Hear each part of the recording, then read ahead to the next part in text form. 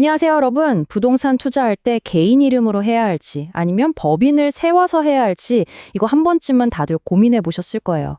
어차피 내 돈으로 내가 사는 건데 뭐 그리 큰 차이가 있겠어 싶으시죠?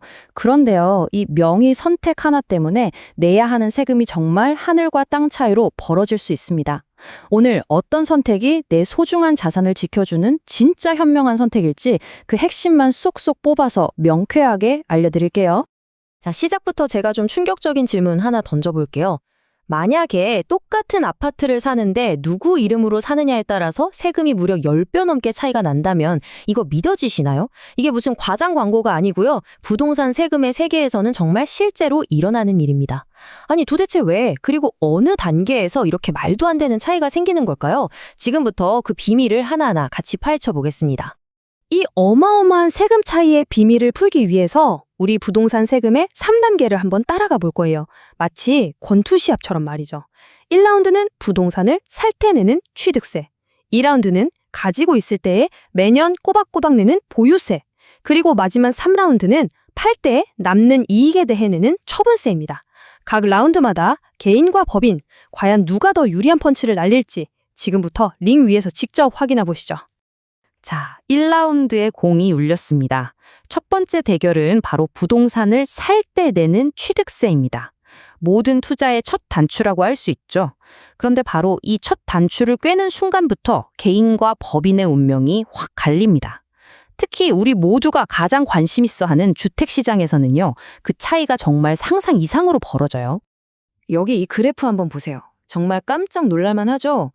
개인이 내 생애 첫 집, 그러니까 1주택을 살 때는요, 집값에 따라서 1에서 3% 비교적 낮은 세율을 적용받아요. 예를 들어서 10억짜리 아파트를 산다면 세금이 최대 3천만 원 정도인 거죠. 그런데 법인이 똑같은 10억짜리 아파트를 사면 어떻게 될까요? 그냥 묻지도 따지지도 않고 무조건 12%입니다. 무려 1억 2천만 원이에요. 시작부터 세금이 4배 차이가 나는 겁니다. 이게 바로 정부가 법인을 이용해서 주택 투기하는 걸 막으려고 얼마나 강력한 규제를 걸어뒀는지 아주 명확하게 보여주는 부분이죠. 그러면 주택 말고 상가나 토지는 좀 다를까요? 네, 여기서는 상황이 조금 달라집니다. 이 슬라이드를 보시면 기본 세율은 개인과 법인 둘 다 4.6%로 똑같아요. 그럼 이건 괜찮네? 싶으시죠? 하지만 여기에도 함정이 하나 숨어 있습니다. 만약 법인이 서울처럼 인구랑 산업이 빽빽하게 모여있는 과밀억제 권역에서 부동산을 사게 되면 세율이 9.4%로 거의 2배 가까이 꽝충 뜁니다. 한마디로 정부가 특정 지역으로 법인 투자가 너무 쏠리는 걸 막기 위해서 페널티를 주는 거예요. 결국 상가나 토지 투자에서도 핵심 지역이라면 개인이 훨씬 유리한 위치에서 시작하는 셈입니다. 자, 1라운드는 개인의 깔끔한 판정승이라고 볼 수 있겠네요. 자, 이제 2라운드로 넘어가 보겠습니다. 부동산을 가지고 있는 동안 매년 내야 하는 세금, 바로 보유세 대결입니다. 이 보유세는 재산세랑 종합부동산세, 우리가 줄여서 종부세라고 부르는 세금으로 나뉘는데요. 1라운드에서 법인이 취득세 때문에 큰 타격을 입었다면 이번 2라운드는요, 그야말로 KO 펀치급 페널티가 기다리고 있습니다. 우선 보유세의 첫 번째 선수인 재산세는 개인과 법인 사이에 차이가 없어요. 똑같은 기준으로 내기 때문에 이 부분은 공평하다고 할 수 있습니다. 하지만 진짜 승부는 바로 다음에 나오는 종합부동산세, 바로 이 종부세에서 갈립니다. 고가의 부동산을 가진 사람에게 추가로 매기는 이 세금에서 개인과 법인의 차이는 정말 상상을 초월할 정도로 벌어지게 됩니다. 자, 이게 바로 개인의 가장 강력한 무기 중 하나입니다. 바로 기본공제 혜택인데요. 1세대 1주택을 가진 개인은요, 주택 공시가격이 12억 원이 될 때까지는 종부세를 단 한 푼도 내지 않습니다. 12억 원이라는 아주 높은 허들을 만들어줘서 웬만한 주택 보유자들은 종부세 걱정에서 자유로울 수 있게 해주는 아주 든든한 방어막인 셈이죠. 그럼 법인은 어떨까요? 네, 이걸 보고도 믿기 힘드시죠? 0원입니다. 법인이 주택을 가지고 있으면 종부세 기본공제가 단일원도 없어요. 이게 무슨 뜻이냐면요, 공시가격 1억짜리 아주 작은 빌라를 법인 이름으로 하나 가지고 있어도 그 1억 원 전체에 대해서 종부세를 내야 한다는 뜻입니다. 개인은 10여까지 면제인데 법인은 0원부터 과세라니 여기서부터 이미 게임이 안 되는 거죠. 법인이 주택을 가지고 있을 때 받는 페널티는 여기서 끝이 아닙니다. 이 슬라이드에 세 가지 치명적인 약점이 요약되어 있는데요. 첫째, 방금 보신 것처럼 기본 공제가 아예 없고요. 둘째, 세율 적용 방식이 달라요.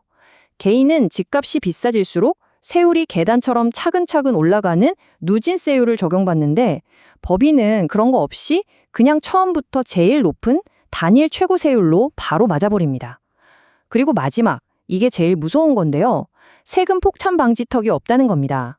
바로 세부담 상한 제도인데요. 개인은 작년에 세금을 100만 원 냈다면 올해 집값이 아무리 폭등해도 세금이 최대 150만 원을 넘지 않도록 상한선이 딱 정해져 있거든요. 하지만 법인은 이런 보호장치가 전혀 없어요.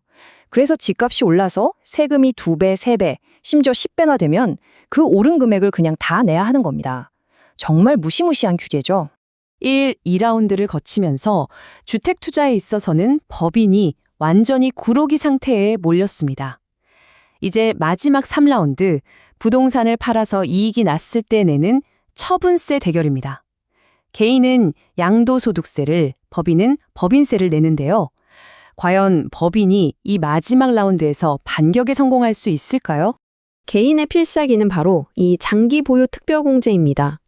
이 슬라이드를 보시면 아시겠지만 집을 오래 가지고 있고 또 오래 살수록 양도차익의 최대 80%까지를 세금 계산에서 아예 빼주는 정말 어마어마한 혜택입니다.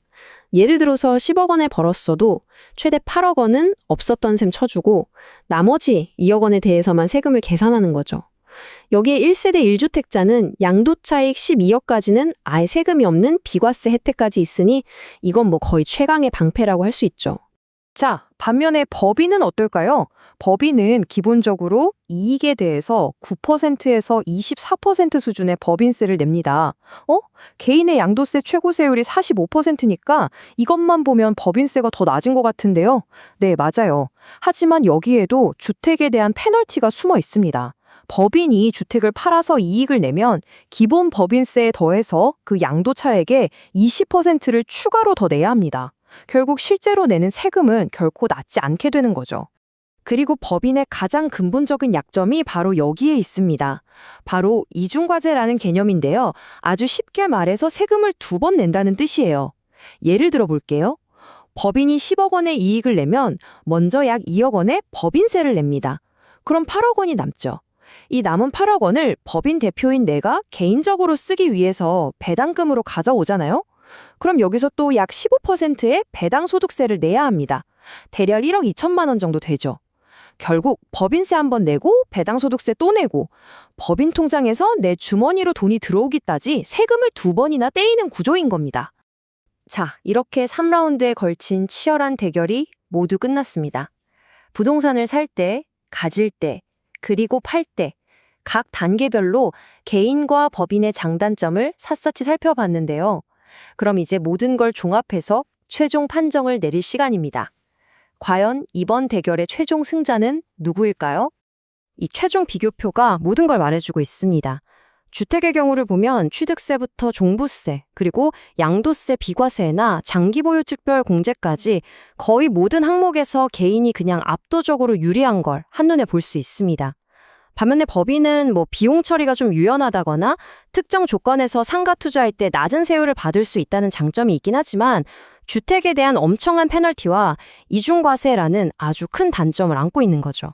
자, 그래서 결론을 명확하게 정리해 드릴게요.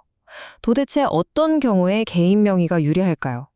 첫째, 내가 직접 들어가 살 집, 즉 1주택 실거주 목적이라면 이건 고민할 필요도 없이 무조건 개인입니다.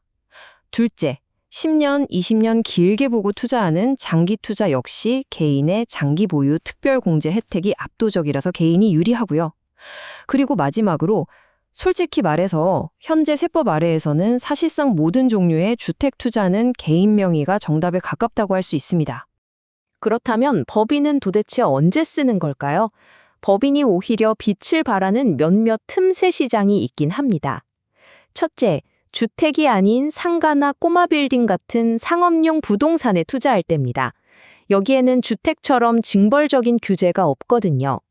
둘째, 임대소득이 아주 높은 경우입니다.